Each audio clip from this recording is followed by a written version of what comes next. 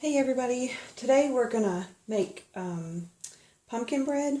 I'm using our favorite pumpkin muffin recipe, and I'm going to try to make a loaf in the bread machine from start to finish. So I've chosen to cut the recipe in half because when I make the muffins, we make pretty close to 24 muffins with one recipe, and I don't think my little loaf pan can hold quite that much. So we're going to cut the recipe in half and we're going to give it a try and hope that it comes out. It's one of the better recipes that we've had for pumpkin. Get my cooking spray. It requires or it calls for coconut oil. You can use any cooking oil really, but coconut oil is what we've been making it with since that's what the recipe called for originally, and it makes really nice pumpkin muffins. Bentley actually wanted these for his birthday instead of a cake this year, so that's what we made for him. And we're going to load our bread pan the same way we always would for making anything in the bread machine. Do our wet ingredients first and then add in our dry ingredients.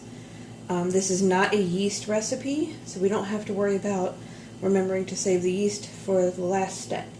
So first we have our vanilla and an egg and our coconut oil. I'll leave a link below for the recipe that I'm using. And again, I'm just cutting it in half for this. So there's our wet ingredients. And then a cup of pumpkin puree. You can use canned.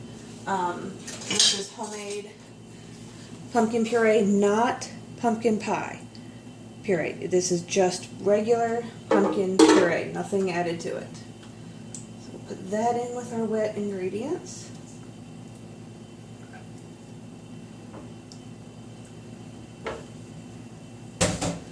Okay.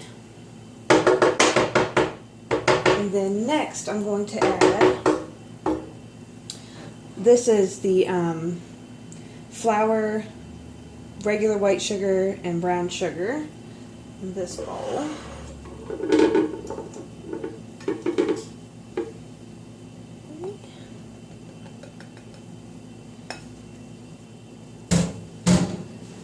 And then we have our baking soda.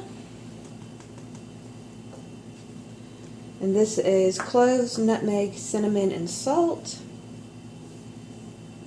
Put that in there. Now we're going to put it in our bread machine. See if I can move you so you can see what I'm doing. Okay.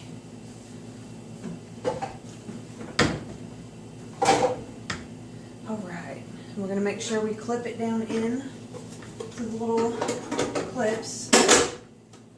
Okay. Looks good. And we're going to select, on this one I think it's number 9. For the cake mixes. Hit start. Okay.